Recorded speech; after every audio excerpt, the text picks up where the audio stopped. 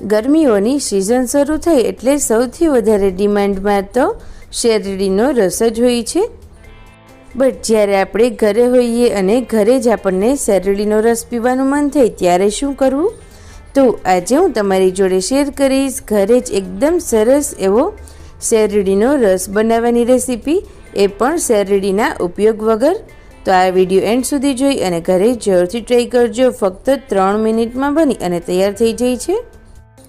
ઘરે જ શેરડીનો રસ બનાવવા માટે મેં અહીંયા 4 ચમચી જેટલો દેશી ગોળ લીધેલો છે, જેને આ રીતે આપણે ચમચીની મદદથી સરસ રીતે ક્રશ કરી લઈએ।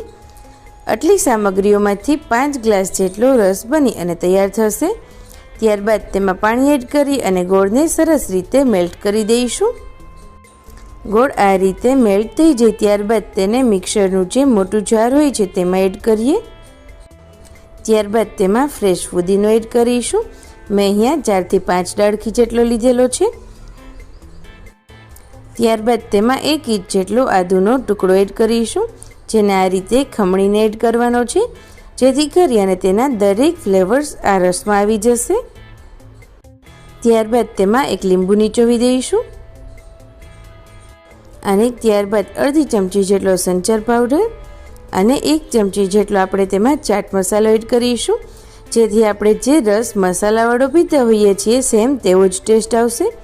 હવે બધું સરસ રીતે ક્રશ કરી લઈએ અને આ રીતે ગાળી અને એક બાઉલમાં કાઢી લઈશું।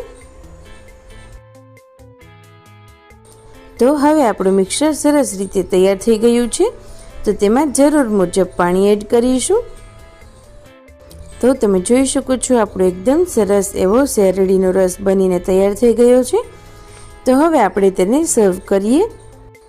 જો તમે ક્યારેય આ રીત ફોલો કરી અને ના બનાવ્યો હોય તો ઘરે જરૂરથી ટ્રાય કરજો। અને તમને મારી આ રેસીપી સારી લાગી હોય તો પ્લીઝ આ વિડીયોને લાઈક કરજો, શેર કરજો અને ચેનલ ઉપર નવા હોય તો જલ્દીથી તેને સબસ્ક્રાઈબ